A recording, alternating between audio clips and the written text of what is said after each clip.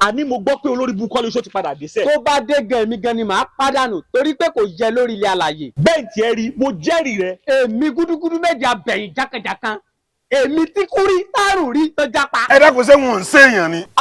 Koleoso. èmi náà ni. bọ̀dá mi Koleoso ẹ káàsán o mi mọ̀ pé ilẹ̀ ń bọ̀ o mo kí yín yáyà mẹ́fà mo fọwọ́ ọ̀tún kí yín o mo fọwọ́ sí kí yín o ẹ káàsán o ìwọ ń ha orí ibú. sínú rẹ ò dùn láti rí mi. inú wa dùn láti rí yín sẹ́yìn ni abẹ́bọra. mo fara mi hàn ni. ó dáa o ó dàbọ̀. ẹ dákun kí ni sẹ́yìn sẹ́rí yé burú ni. ẹ wo èmi kọ́ ni mò ń sọ̀rọ̀ lẹ́ẹ̀kan ó ní o.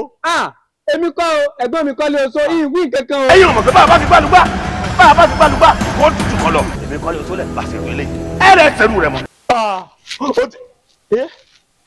olórí burúkú tó bí jẹ kó bá mi ti sá lọ Jímọ̀ tèmi bá mi. bẹ́ẹ̀ ni mo jẹ́rìí rẹ. èmi gúdúgúdú pé méjì àgbẹ̀yìn jákàjáká. Koleoso ok àbí àṣẹ Koleoso àbí Koleoso àbí. jáwòrán Koleoso yẹn bọ́ àdìgbò kámẹ́rà láti bẹ̀rẹ̀ torí pé agbọ́ tó sọ̀rọ̀ jẹ́ ká wo bẹ̀.